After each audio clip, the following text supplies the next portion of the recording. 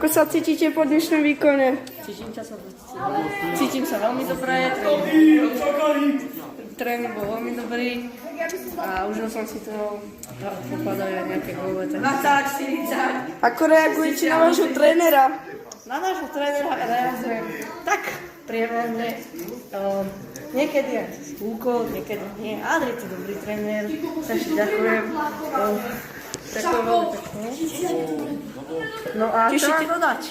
Tešíte sa na ďalšie tréningy? No jasné, že sa teším na ďalšie tréningy, však tréningy je teším.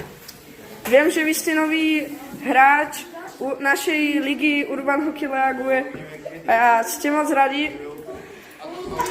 Určite áno. Konečne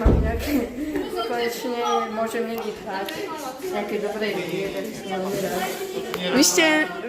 Vy ste novým hráčom a hráte vo Western Conference, kde hrá aj Matej Kozák, Tobias Rusnák a ešte lepší hráči.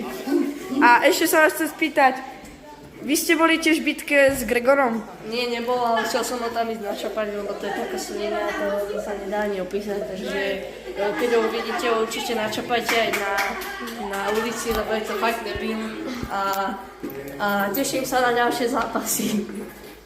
Ďakujem za rozhovor. No,